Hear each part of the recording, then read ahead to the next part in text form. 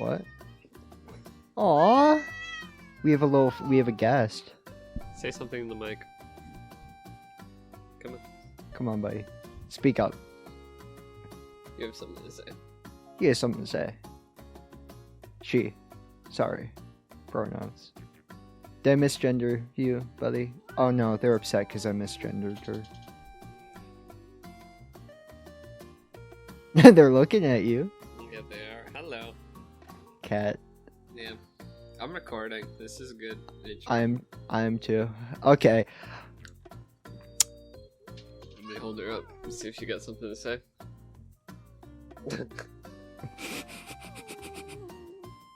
I love her. Alright. Little buddy. She looks at me. She hates being picked up. She did not look happy to be here. Yeah. No. That was a You quick don't- guest. You don't like the conker, do you? Yeah, they don't like the cover. Well, at least in the intro, I get to put a special guest, Joku's cat.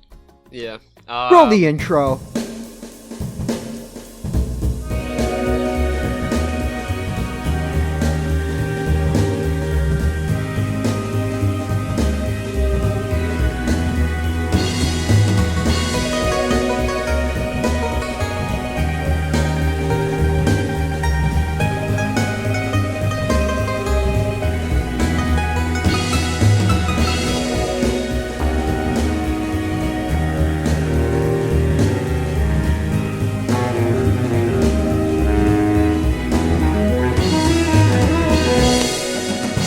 What the fuck is up, little cummers? Little glowing cummers.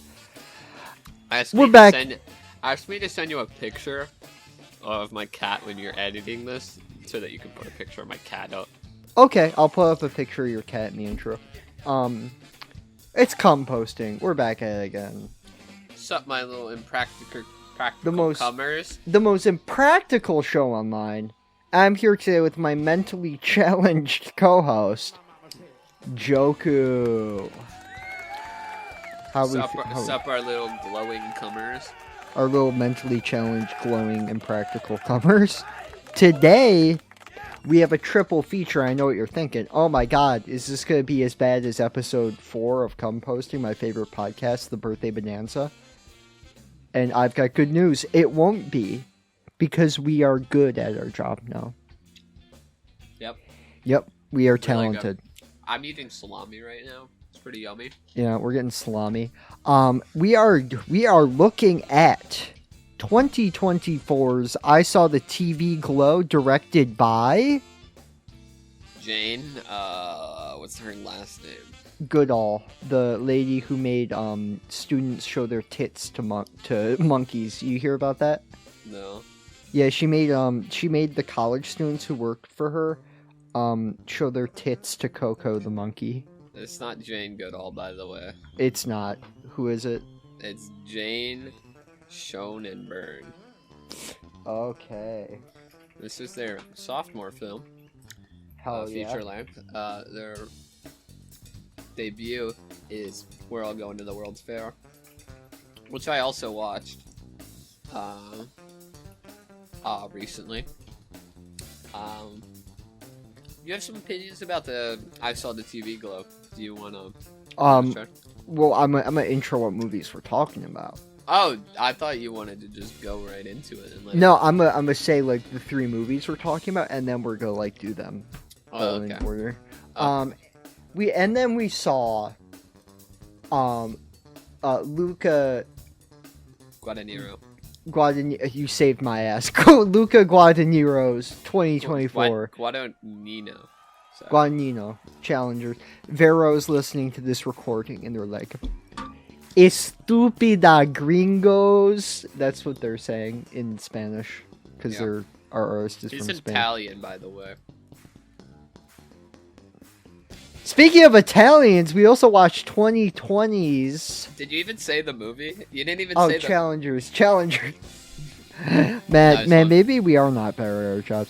And then we saw 2020's Impractical Jokers. The movie. The movie. Starring by Chris Henchy. Will in it? Ferrell, friend of Will Ferrell, it's starring the Impractical Jokers. And I think we're gonna go in order, and we're gonna tackle. Do you want to go from worst to best? Yeah. Let's go All right. worst to best.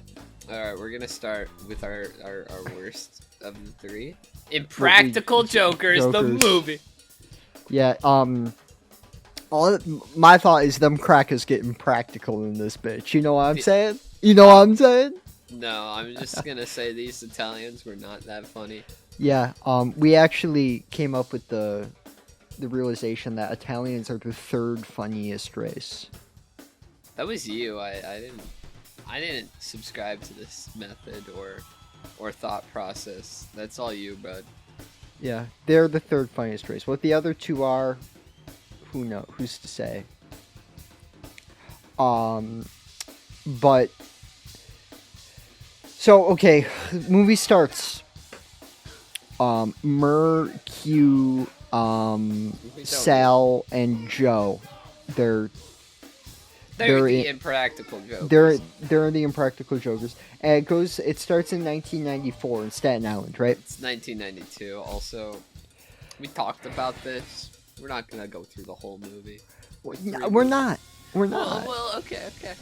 It's just starting off how it usually does, and I'm like, bro, we talked about this. But I know. I'll let you cook, bro. Let me cook. Go. Go. Me cook.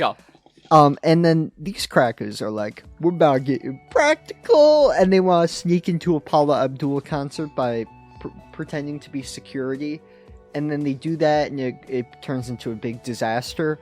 And then that's how they became the Impractical Jokers. It's their origin story. Then by the way, they look as old as they are now. It's just really funny just seeing. Which is funny, which is a good bit. Especially because the hardest I laughed is when Joe comes out in a wig and he's like doing his best impression of the guy who jumped the Shark Tank from Happy Days, fucking Happy Days guy. Who's a fucking Happy Days guy? What are you talking about? Happy Days? It's Happy Days. Like, hey, hits the jukebox, the sitcom. Let me take a peek. That guy. Maybe looking it up will. What the fuck I've never seen this. You've never heard of Happy Days? Is it the Fonz? Yeah, the Fonz. He looks like the Fonz. Oh yeah. Okay, yeah. Yeah. Days. And yeah, that's funny. And that goes back to the present. They're Impractical Joking. Paula Abdul recognizes them because she's a big fan. Gives them only 3 tickets, so they go on a big road trip. Well, big fan. She gives them 3 tickets to a big party she's hosting in Miami. So they go on a big road trip from New York City to Miami. And along the way, they do just a very long episode of Impractical Jokers, where whoever the biggest loser is can't go to the party. They can't go to the Paula Abdul concert, bro. Which is really contrived stakes. Yeah. Yeah, and not much really happens in this movie. Joe wears a shirt that says, "I'm the beef," and I think that's pretty funny. What did you think of, what the fuck? I don't even know the names, of these people. Sal. Also... Sal, what did you think of Sal's, I Wu-Tang New York shirt? Yeah, I Wu-Tang Logo NY shirt. That was so epic. As a big-time New Yorker, I found it to be really relatable, and it was nice to see some representation up on the big screen. The soundtrack is atrocious in this movie, by the way. Did you notice any of, like, the original songs that were just playing? Like, the original Impractical Jokers music? Yeah, there was Impractical Jokers rap music in this movie. Yeah, somebody was like, we're the Impractical Jokers, we're a little peculiar when we need to be, or something like that. Yeah, and in one of the songs by one of the Impractical Jokers, they say a racial slur. I don't even think that was, like, part of the the thing, the sound, like their song. Okay, it wasn't their song, but I'm gonna take us off a segue real quick. Yeah. What did you think of the picture I sent you? You sent me a picture where, DMs. Put that on screen. Put this picture up on screen. I'm gonna pin it to the DM, but put this up on screen. What do Thank you think of this picture? I think it says a lot about modern femininity and the fourth wave feminist movement. Yeah. It's such a funny. It's a funny image. Also, I drew this picture of Myrrh that I would like put on screen. Let me show you. Let me show you my drawing. Yeah. Show me your Myrrh. Oh God. Yeah, that's my Myrrh illustration.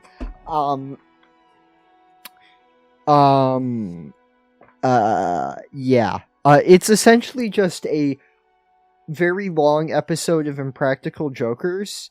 Not even a good episode, just like a mid episode of Impractical Jokers. You were saying it felt like outtakes, and it completely did, but like after watching the movie more, it's like, oh no, this is real. No, like they did this for the movie. Yeah, they weren't outtakes, but like, if it weren't for the fact that they were all wearing the same outfits in all of the scenes, I would have completely thought that was outtakes. And the fact that they refer to the Abdul concert. Yeah. I will say this movie did get a few good laughs out of me. Yeah, I mean, like, it's not hard to do. Yeah, like hidden camera jokes. It's just these are like kind of not good. And after you've seen like the same routine like 4 times, you're like, okay. That's by like the second one, I'm like clocked out. Yeah, that's where the Impractical Jokers fall flat a lot of the time for me. Yeah, it's like they can have like a lot of their bits are like decently well thought out. Like the first take, I'm like, okay, that's good. Yeah. Except the fact that they have to do every joke 4 times for the show to work doesn't. Yeah, it gets old quick.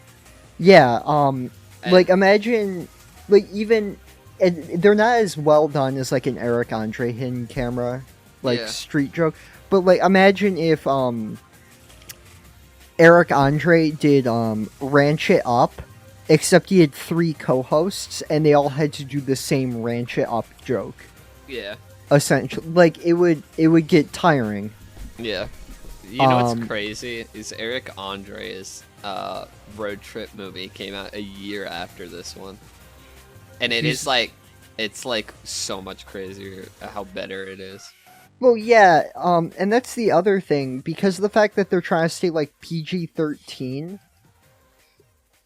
it really limits the potential to be shocking, because the whole like man on the street hidden camera thing relies on like, not in all cases, but a lot of the time it relies on like shock value. Yeah. And they're not able to get that wild. You're not like Eric Andre. You're not having a gorilla fuck you.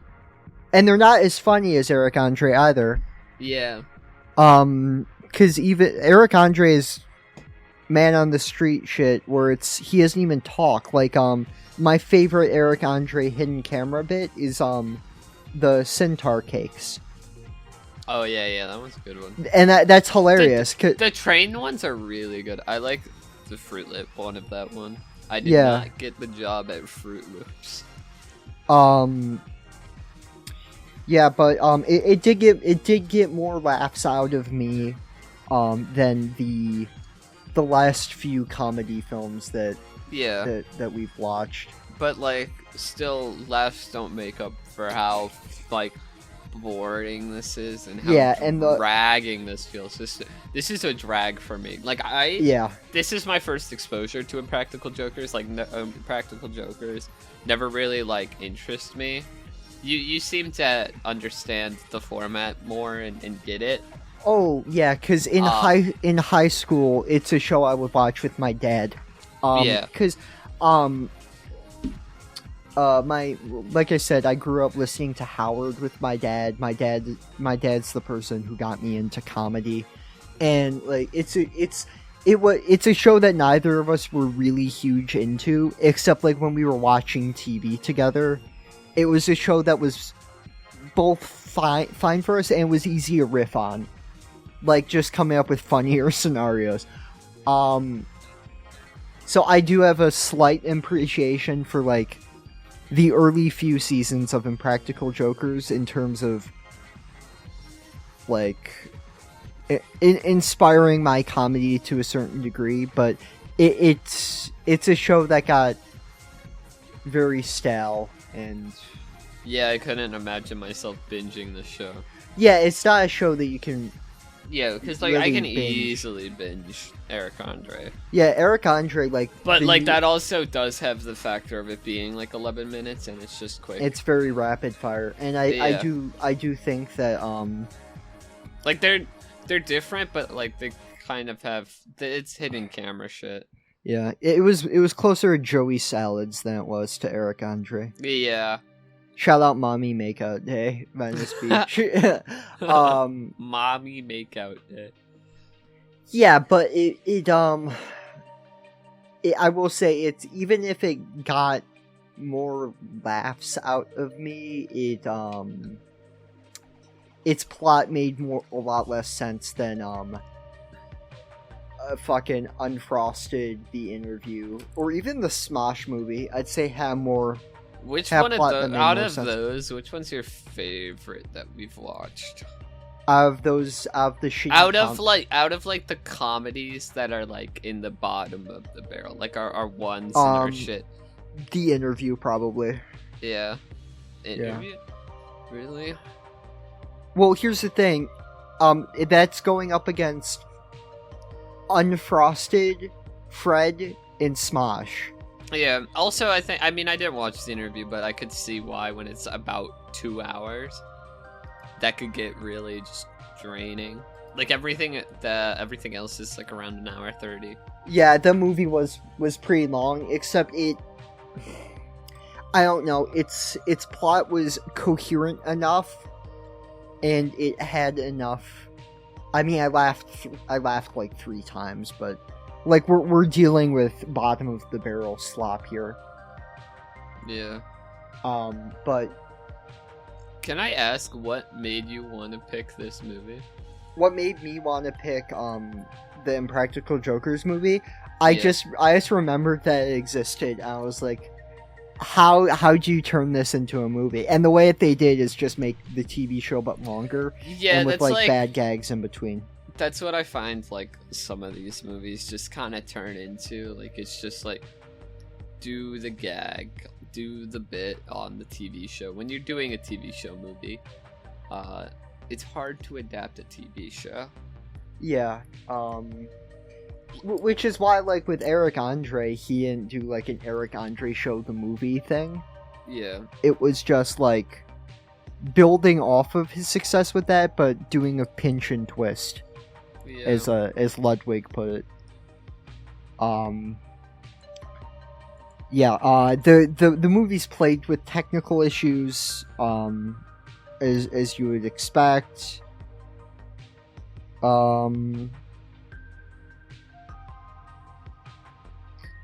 Yeah, it's just really not a good movie. It was quite boring. Yeah, it was kind of disappointing.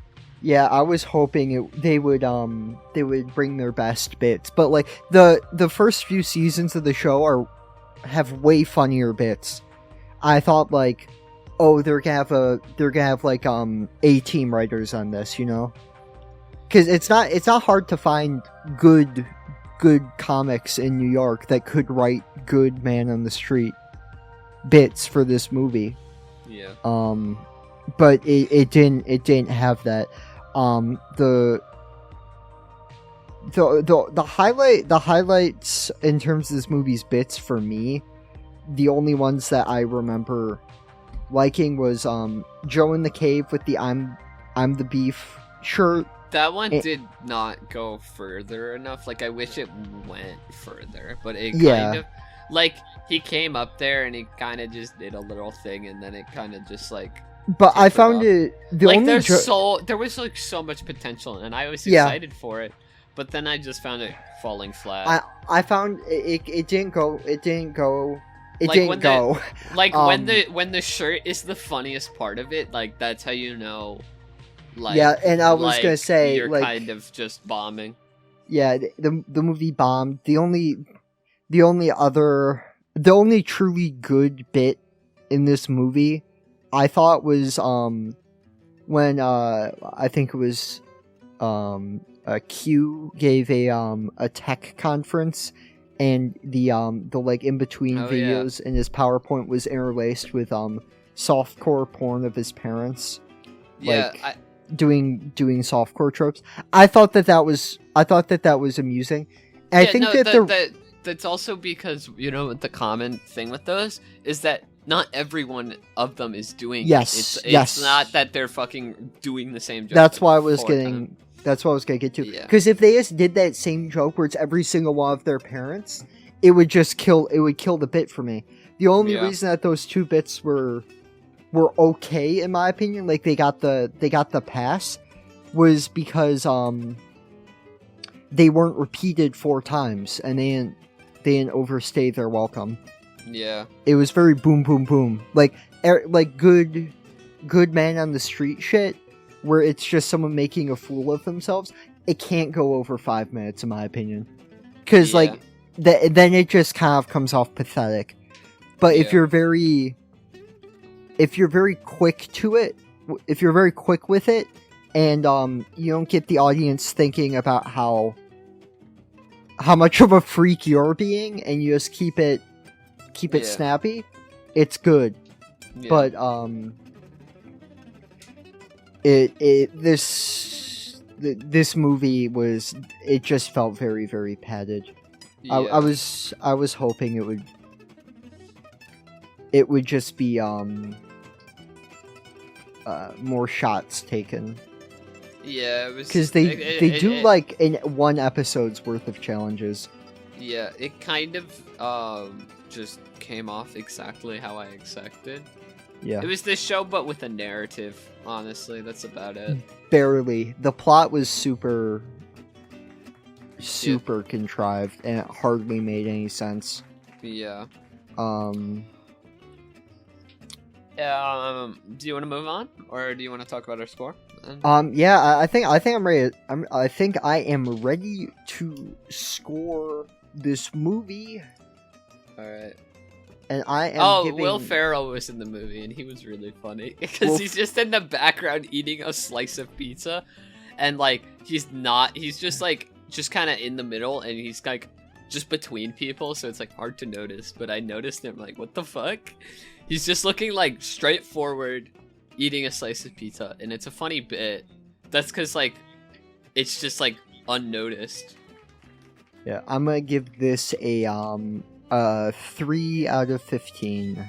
I would agree and give it a 3 out of 15 too.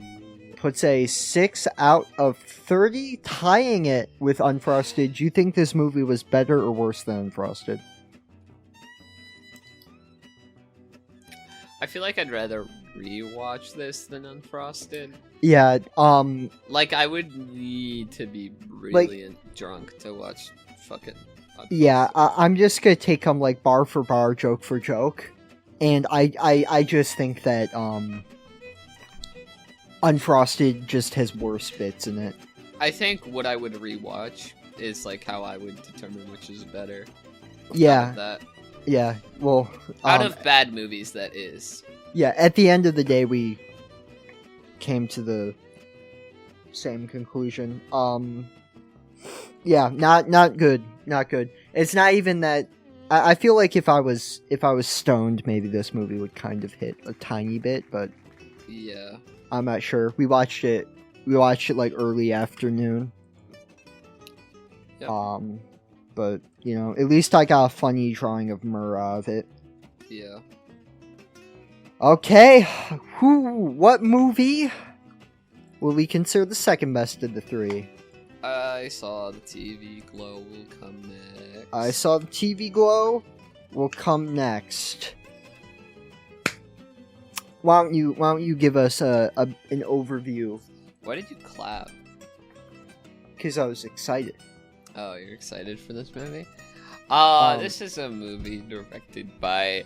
We already said the name, but I have to go look again because it's a funny last name. Jane Schoenberg. This movie came out this year. It is the latest from Jane. Her previous work being We're All Going Over Fair. And it fits into the same kind of niches that Jane works in, with like maybe like an ambience, and they're pretty good at getting tones, I would say. Like this definitely shoots for 90s kind of sitcom, not sitcom, but like 90s era nostalgia, I guess. It was very Stranger Things. For like growing up in the 90s. No, the thing is though, Stranger Things doesn't really get the feeling of being in the 80s to me. Like this I'm saying with the vibe that they're going for. No, but I'm saying this hits the vibe. Like, you can have an 80s or 90s theme, but this is going for something specific, and it does give that semblance of, like, growing up with shows like Goosebumps, Alone in the Dark, I believe is the name of that other show. But just like not sitcoms, I keep saying sitcoms, but just television in the 90s and growing up in the 90s, and I feel like it hits that pretty well on a technical level. It's the story about kid named Owen who has a friend named Maddie, and they watch a young adult TV show called The Pinko Pig together, and he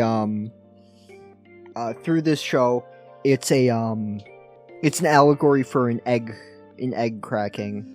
I feel like it's an allegory for a lot of things. It doesn't have to just fit in with that. It can also fit in with like there's undertones of transness, but I don't think that's what the whole movie is about. That was what the director directly said in the interview. In an interview I read about it, that the movie isn't intended as a allegory for an egg cracking. That be egg crack, to all of our cis friends in the audience, is a realization that one is not cis. Yeah. Yeah.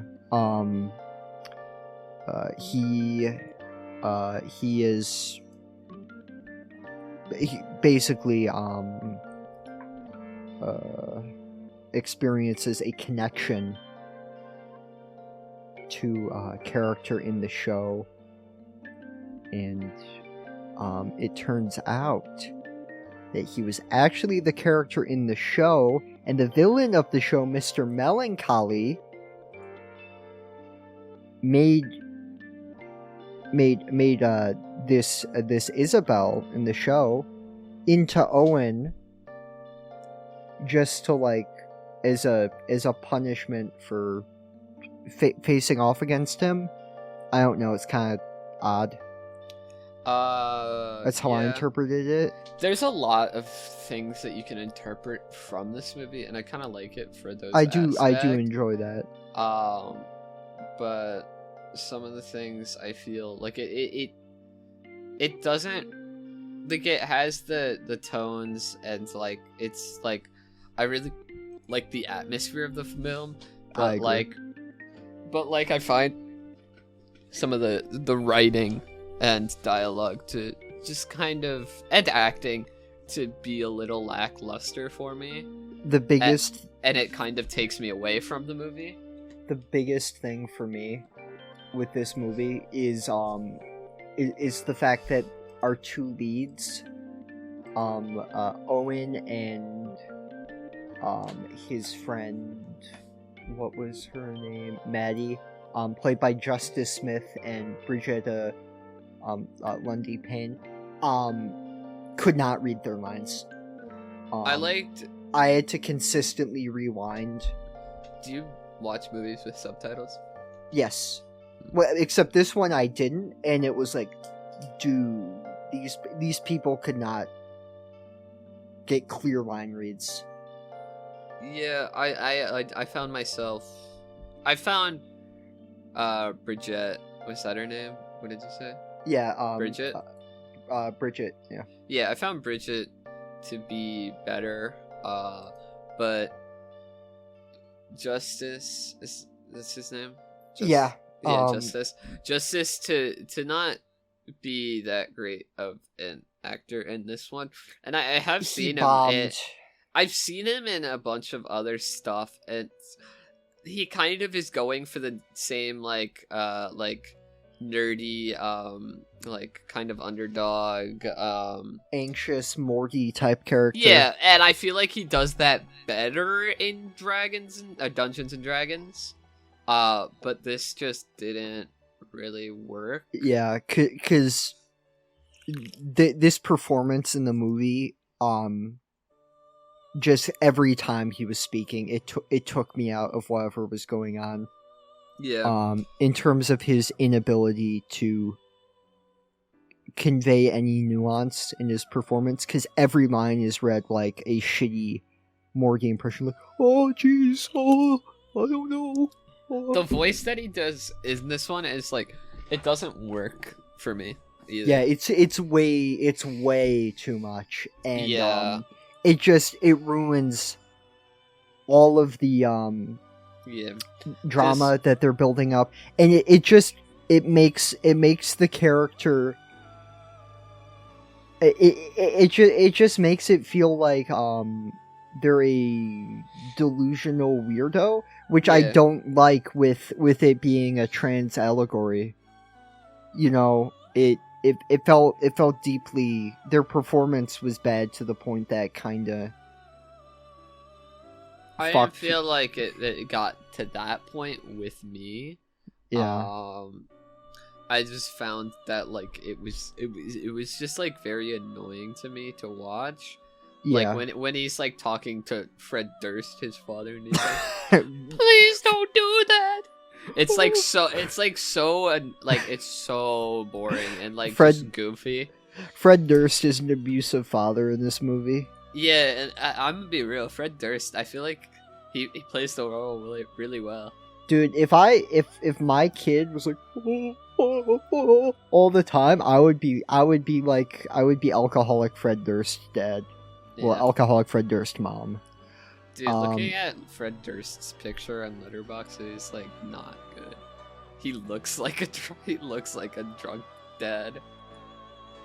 You know that like the shitty Snapchat filter that Schlatt used to post pictures with to make him look handsome? Yeah. Well, I mean, he's a good-looking guy. But you get my point. It looks like that. It also looks like Brown Note Simon Cowell picture. But yeah. Yeah. The also, sorry if I'm like not remembering things. I watched this movie like 3 weeks ago, and you watched it like 2 days ago. So like the movie's way fresher in your head. Yeah. But yeah, this one like it's good, and I like it's fine. Like, there are good elements, and I like they in the climax of what I consider the climax of the movie, when he's watching the last episode of the Pinko Pig, and he's watching his true identity being killed. I thought the scene was fantastic with the sort of like analog horror elements that they're going for. It's really great, just sort of this strange mix of the comfort of a young adult television show with gore and these cool analog horror effects, except then Justice takes me out of it, when he reads the line, "He made her drink the Luna juice," and then he shoves his head in the television, And Fred Durst is like, yeah, okay, that and part was really stupid. Yeah, and that's meant to be the like emotional climax of the film, because he's like, I want to be her, and Fred Durst is like, what the fuck are you doing? And pulls him out of the TV, and he starts throwing up Luna juice, and it's never explained what the fuck that is. It just looks like cum, and he's like, "You're not my dad. You're not my dad." Yeah. And then he ends up, when his friend, Maddie, who was living inside of this show, the Pinko Pig, she disappeared for years. She entered her television screen is how I interpreted her disappearance. I'm pretty sure that she brought Owen to a football field to reveal the fact that Owen is Isabel from the Pinko Pig. Yeah. And he pushes her away, and then fucking Fred Flintstone runs out of there. Yeah. And he ends up like living in denial of his identity and works at a arcade, and he starts screaming at a kid's birthday party. Yeah. That part really took me out of it, and that was like that. But the end of the movie, like that part was like just like I was like the effects and the makeup don't look good to me. Like he's supposed to be old, but like it just looks like they put like flour on him, and his like lips are like really unchapped and they're funny looking. Yeah.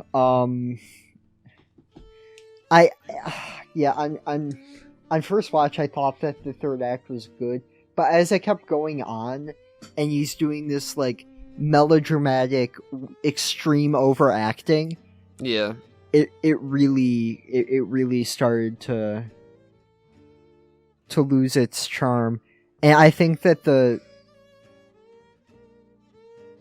third act, the late second act and third are the only parts of the movie where anything really happens. Yeah, it takes a lot to get there, but I do appreciate, like, the music is very good, the tones and the aesthetics are very good, but that doesn't carry a movie. Yeah. You need substance, and aesthetics can only get you so far, but I mean, it's able to work, I guess, enough till, like, something happens. Until I like actually like care a little. Yeah. That I really like the planetarium scene. That's my favorite scene. I agree. Movie. I like the imagery of just the idea of abstractions. Yeah. Through the allegory of constellations. I thought that was great. That was the like strongest there's a lot. Scene in the movie. There's a lot of themes, but like they kind of get mismatched a little to me. Yeah. Feels there are some good ideas in this movie regarding the trans experience that haven't really been conveyed on the big screen. Yeah. And I was really rooting for this movie, that they could land those big ideas. But it didn't, and I'm happy. But I will say I'm happy that people feel seen by this movie and are hopefully able to sort of better understand their own experiences through this allegory. A lot of people are taking a lot of meaning out of this movie. I think that that's good. It's just that I found it hard to really engage with the deeper ideas that the movie's on when your lead actor and is just giving a horrible performance, and the dialogue just isn't great. Yeah. It's not there are so many lines in this movie that feel just very clumsily written. Like there's a lot of narration by Owen Justice Smith, in this movie, and it's just really, it comes off like first draft material with how clumsily written the exposition is. And this film has a huge problem with show don't tell. The first half of this movie is all exposition, it feels. It does not, it refuses to show this person growing up and having this friend, and it only illustrates that through exposition in a way that I found to come across very first draft. And I do think that Jane Schoenbrunn has a great career ahead of her. There's clearly some genuine talent on display in this film. And I think that hopefully she'll keep going with what she has going, because while watching We're All Going to World's Fair, it's clear that they have an eye for aesthetics, but definitely like writing and like writing character dialogue and sometimes characters is not their strongest suit. But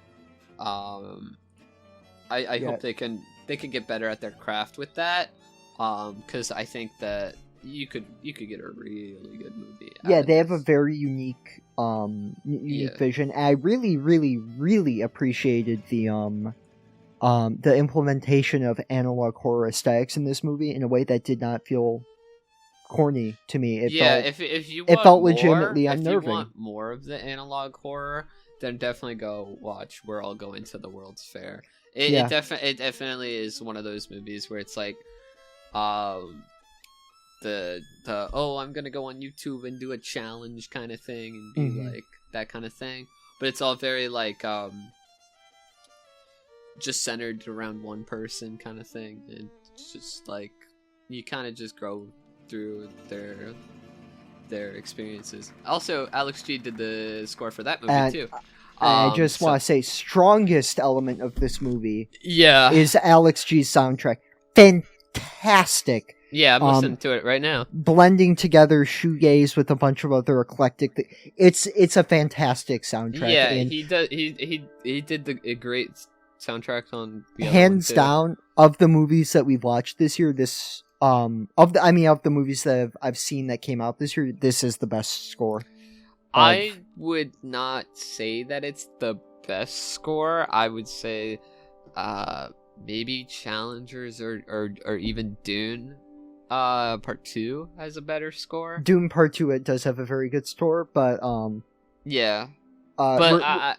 regardless, it's in the conversation. Yeah.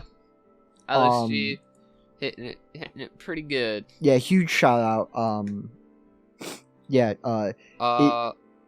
I definitely recommend watching this movie, especially if you're trans, because it does have a lot of interesting ideas on display, even if it does struggle with a lot of what the director seems to struggle with, and what Justice Smith seems to struggle with. It's a bit of a disappointment, because I do think that with a with some script edits and with recasting Justice Smith, I do think that this could have been a really, really brilliant film, which is why this is just kind of a fun little question I'm about to ask. What did you think of the monsters' character designs? The okay, not Mr. Melancholy, what are their names? The little minion. Yeah, like the evil clown and shit like that. Yeah, like that kind of stuff. What did you think of that? I thought that they were pretty good. I thought that they were alright. What'd you think? Yeah. You thought that they were alright too? Yeah, I thought they were good. I thought they were really good. They're fun. The aesthetics of the Pinko Pig and the horror of it are very great. I will say my favorite bit of writing in the movie is when Owen finds the Pinko Pig on streaming and it's not the same as he remembers. Yeah. And I think that was the most emotionally impactful thing for me. Because like you'll never get your childhood back. Looking back on your childhood, it'll always be through. But that's also where I think this film, like, it does feel like that, you know? Yeah, and like it definitely captures that in a way that I haven't really seen before, where it feels so authentic to the time period that it's trying to go for, and it feels very melancholic. Yeah, and I don't really get that from like whenever you're trying to do it like a 80s or a 90s kind of time period. This definitely does feel like that time period. Yeah, I want to say growing up in it. I get the hype with it, because there are tons of like very strong elements in this movie. The score, the vibe that the director gets, but there are elements to be improved on. That said, I'm very, very excited to see what Jane puts out in the future. Yeah. I hope that their next film lives up to what this film could have been. Yeah. Any more? I think I'm ready to go into score territory. Yep. I'm feeling a 10 out of 15. You know, it's funny. I was thinking around a 10, I would say. Probably a 10.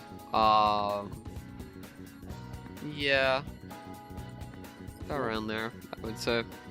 Yep, that puts it at a 20 out of 30. Let me check the official com ranking. That will put it behind Miller's Crossing and All Quiet on the Western Front, just above Sick Kid. The Sick Kid. Yeah. That's a big compliment. Better than The Sick Kitten. That's a classic of a movie.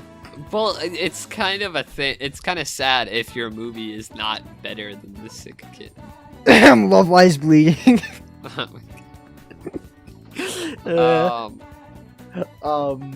Yeah, I will say, like, even if we might not have scored it away in the way that I know a lot of our fans wanted us to review this movie because they're very excited about it. I do just want to say, like, I get the excitement.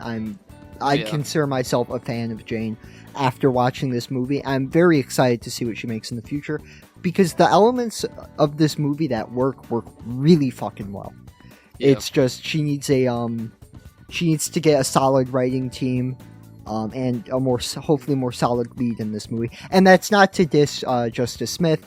There are a million things that could happen that could have led to this, and I don't blame him. There's so much that goes into being a strong lead, and it could be anything from poor direction to maybe just not using the best takes. There's tons of things. I don't want to come across like I'm being a hater, you know? Yeah. I would say go watch We're All Going to the World Fair if you want to see more of Jane. Yep. And I would say definitely check out this movie. It's worth it. It's worth a watch. And I do think that it has opened up a lot of interesting discussions for trans people, and I'm very happy that people feel seen and represented by this movie, because that's a good thing. And this has been a good year for trans art and trans cinema, and I'm always happy to see this sort of thing coming out. All right. And moving on from that, we have our next movie, Challengers, directed by Luca Guadagnino. Banger. Banger. This is my movie of the year so far. We'll start off with that. I would be inclined to agree. Josh O'Connor. I saw him in La Chimera, an Italian indie film. And I was like, holy shit, this guy's good. And I just want to say he did great in this. I do think that Josh O'Connor's the next big thing. Yeah. Yeah. So it's a love triangle sports movie, and when I saw the trailers for it and I heard about it, I knew I wanted to see it, but I was like, I was very excited for this movie. Yeah, when we watched Love Lies Bleeding in the theater together, I remember I dissed the trailer of this movie. But yeah, I was very excited for this movie. Goddamn, I was wrong. You were right to be excited for this movie. Well, Luca Grace makes amazing fucking movies. Like, yeah, he's such a good director. Yeah, he does. He does. Luca, of course, was behind Call Me Lord by of the Name. Flies. Call Me by Your Name, and he has a lot of the Call Me by Your Name team on this movie. So he nails an aesthetic that worked for him in the past. I do want to especially shout out Sayamovu Mukdipram. I can't speak Thai, but cinematographer for Call Me by Your Name and cinematographer for Challengers. He does a brilliant job in this movie. This movie is so fun to look at, and the score pumps, and it's sexy, and it's just fantastic. I enjoyed every moment of watching this movie. Yeah, I was just engulfed by this one. This one was just so fun to watch. I liked jumping through time. It was non-linear really fun. Plot structure, and there are just elements of this love triangle. And I like how it revealed. doesn't have to explain where we are. I'm just like, I know when we are. It's like very easy to follow for me. It's confident. It's sexy. Zendaya, Mike Faced, and Josh O'Connor, especially, all do fucking brilliant performances in this movie. And I would let Zendaya or Josh O'Connor do whatever they wanted to me. Josh O'Connor is my guy celebrity crush, probably. Yeah, I just think great job, buddy, with that one. Yeah. I just think it's just a sexy movie. I love the way the camera works in this one. There's this one shot of underneath the court, and I love that. I love that shot. I love the camera becoming a ball. Finale, that's just so fun. The finale, the cinematographer just went the fuck off. We have body cam shots. We have shots where you're the ball. We have shots where you're in looking up at a glass ceiling, up at the court that's invisible. It's brilliant. It's just such a fucking banger vibe of a movie. One of the most fantastic love triangle films I've ever seen. Also, sports movie, like a love sports movie. I feel like we don't get enough of. Same with just the caliber of this movie. We don't really get this type of movie. Not anymore. No. I'm saying we don't. What do you mean not anymore? In the 80s, there were some. Yeah, no, but I'm saying blockbusters. I'm saying we haven't got one of these in a while, and it's really good and refreshing to see. And it's really good. I'm happy to see that the movie's doing well because it's fantastic. So story of this movie, Mike Faced and Josh O'Connor are who play Art and Who does Josh O'Connor play? What's the character's name? Patrick.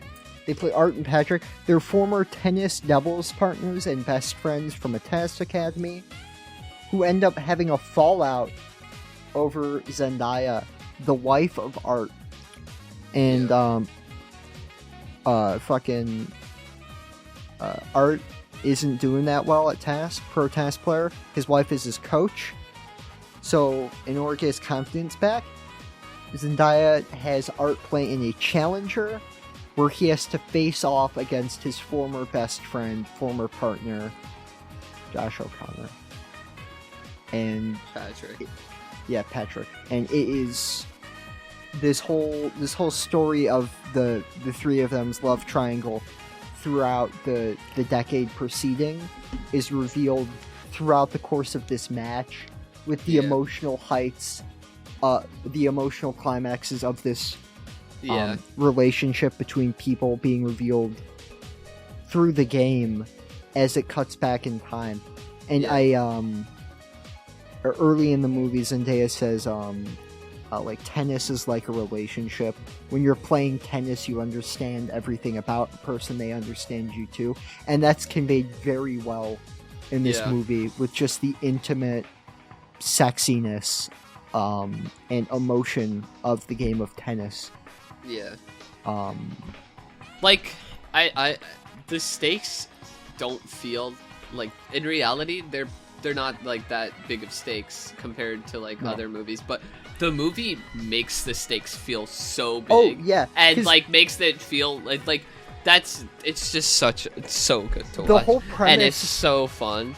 The whole premise of the movie is the fact that it's like a shitty throwaway of a tournament, but to these three people, it's just like the game of their lives. Yeah. And it's every element. Everyone gives a good performance. Soundtrack's great. It's well written. Every element of this movie is incredibly... Yeah, like, it's just such a fun watch, and like it just flew by for me, and it was so good for me. Yeah, and I just want to say, like, everyone is so sexy in this movie. Also, like, while they're playing characters through time, like, even in like high school, they still somehow look the part, you know? What I find interesting is I brought up La Chimera, the Italian indie film from Josh O'Connor, which is fantastic, well worth a watch, by the way. Josh O'Connor lost a lot of weight for the movie. Yeah. And what I believe happened is the shots of them when they're younger intersected with the shooting of La Chimera. Yeah. In a way that was very, very smart, because I'm assuming they were shot around the same time. La Chimera came out last year. And the timeline would add up because indies spend less time in post and all that. Just a brilliantly executed sports movie. Yeah. I also find that the things about the production of this with the actors is very interesting, because the potion seller man wrote this movie, Justin Kurtkells, and Justin is actually married to a woman who directed last year's movie Past Lives, which is about a love triangle. And something that's very funny about Past Lives is somebody auditioned to be in the role of the husband in Past Lives, Mike Fiast.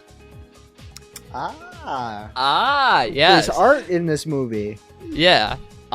So he kind of got to still work around with the same kind of people. And I just think it's fun how they both made a love triangle movie that's really good. Yeah, and I just want to nail down this point. This movie is incredibly homoerotic. The sexiness goes in every which direction, in every which way between these three people. And the the way I interpreted the ending is that these two people were meant to be together. Fuck women. I think the way I interpreted it is that they're meant to be friends, kind of thing. Yeah, no, I'm teasing. Yeah, the movie ends with them hugging. Or like no, it them playing tennis and slowly like moving towards the net.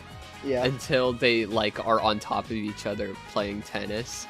And then Art goes, he does his Super Mario Strikers like finishing move, and he trips over the net. So Patrick catches him. Yeah. And they embrace, and it credits roll, and it's it's an incredibly well executed movie about characters. I think that sports movies are an incredibly great way to encapsulate characters' personalities in nuanced ways that are hard to achieve through dialogue. One of the best movies that drives home this point, ironically, is Whiplash. Because I consider Whiplash to be essentially a sports film. That's not a knock at the movie, but in terms of the movie's narrative structure, how the drama is conveyed, the fact that he's competing for a spot, which that's not how it works in jazz. The way the movie functions as a sports film and performing his art is a brilliant way to achieve an emotional climax in that movie, and I think that performing the art of tennis was a brilliant way to achieve the climax in this movie. I guess it would be better categorized them both as like performance films. I'd consider them all sports movies in terms of the vibe. If you know what I'm getting at. A little bit, yeah. I don't really consider Whiplash a sports film to me. People are gonna hate me for that take, except I know what I mean. And I think what you're trying to say is that you see the parallels within a sports film to Whiplash. And I guess I do see that with like the pure dedication to something, committing yourself to that and throwing away relationships because of that dedication, just to be the best. And Zendaya plays the teacher from Whiplash if he was sexy in this movie. I sure. That's not. Don't believe me. Don't listen to me. I don't. I know you don't. I know you don't. Yeah. Anything more you want to say about this movie? Score's great. The synth is awesome. It was just such a fun movie to watch. Yeah, and with how mid this year has been. By the way, we call I don't think it's been mid. By the way, I don't know what you're on about. Okay. You know, it's not even Oscar season yet. So I know. It's another year. It's a very average year. Yeah. You know. Mid is an average. Well, like most years are mid. Yeah, that's what I'm saying. I don't use mid as an insult. It's just average. Yeah. So far. This movie was a fucking slam dunk. That's not a correct tennis term. I would prefer. You could have made a good joke there, but guess Grand not. Slam is that tennis? No, it's baseball. Yeah, Grand Slam. This movie was a crikey Wimbledon Open. Serena Williams. Yeah, buddy. Lot of tennis rackets were hurt in the making of this movie. I think that's where all the money went. Do you want to talk about scores? Yeah. I did it first. The last two times. So why don't you go first? Okay. I'm excited to hear your score because you're talking very highly of this movie, but the Letterboxd review is not as high as I would imagine for you talking about it, but I'm excited to hear it. And that's not a diss, by the way, at all. Okay, 12.5 out of 15. I'd consider it, like, on a 5-point scale, a very, very strong 4. I am feeling 13, I would say. I gave it 4.5. Kind of a medium 4. Yep. And a half for me. That makes it stand at a solid 25.5, putting it on our chart. You think I just keep this open on a tab? Putting this right above the Battle of Algiers, just below Under the Skin. We're racist, bro. It's over. We're racist, bro. We're so done. Black Red Guard is gonna unfollow us on Twitter. Yeah. He's gonna call us revisionists. Yeah, he's gonna call us tennis players. Dude, okay, Black Red Guard's a lot of things, but he's not a fucking liar. He'd never call me a tennis player. But yeah, great film. Yeah, definitely watch this one. Yeah. And I do want to talk about little fun story. I'm proud of I'm Kevin from the Minions about this. Yeah. By the way, when this goes up, this is gonna be like 2 weeks from the live stream. Oh yeah, whatever. Which is funnier. It's going up on Patreon. Okay. But still, when this goes up, it's like 2 weeks ago. Okay. But have your moment. Let me not take away from fucker. Kill yourself. I co-hosted friend of the show Dead Domain Jordan her charity live stream. When I say co-hosted, I mean I was there for the long haul, baby. I streamed for 28 hours straight with Jordan.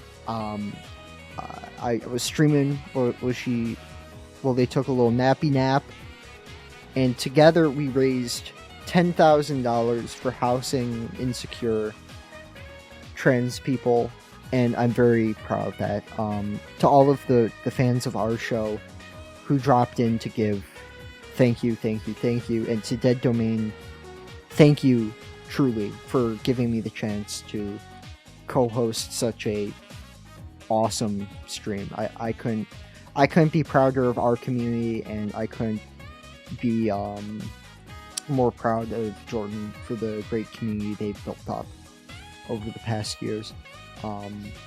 It was an awesome thing being able to host that, even though I was muted for 2 hours straight while they were asleep because they accidentally muted their Discord, and I had to watch silent films and mime while silent films played for 2 hours straight. But great time, awesome time. It was amazing. Yep. Are you gonna say I'm like the tall minion from the Minions? Yeah, you're like Kevin the Minion. I'm like Speaking of Minions, I'm changing the poster of Despicable Me 4 on my Letterboxd. That's really awesome. Thanks for sharing, buddy. Yeah. Yeah. Do we have any questions? Oh wait, let me check the Q&A channel on our Discord, which you can join for just $5 a month and get early episodes. And it's on our Patreon, link in description if you want to support us. Also, you get extra weird videos. True. Freaky no, videos. we have no questions. Wow. Ask me a question, and I'll ask you a question, and that'll be our question segment. Okay. If you had to have sex with one president, who would it be? Camilla. Good answer. I'm like Steve Harvey. No, I'm kidding. She's a cop. Obama. Obama. There's not a lot of good options. JFK, bro. Oh, JFK, yeah. I guess. JFK's a baddie, bro. Yeah, dude. Give it to him in the back of the head. Oh shit. Yeah, give it to him in the back of the head. Yeah. Ooh, that shit got me. You know that hole's hot as fuck, too. That shit's crazy. Alright. Fuck. Okay. Now ask me a question. I didn't think of one. I'm gonna be real. It can be something you know about me that you just want to embarrass me over.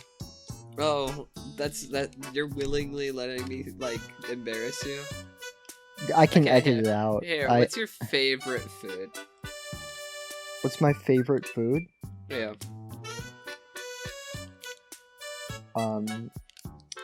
Poulet à la douce de Bourguignon.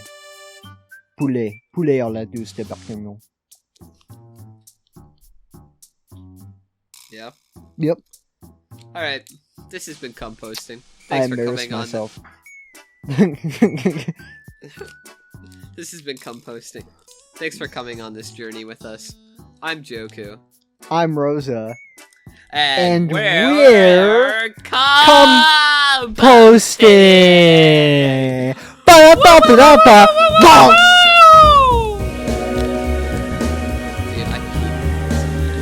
I peed my pants. I squirted, bro. I went like this. You white, bro? I just let it build.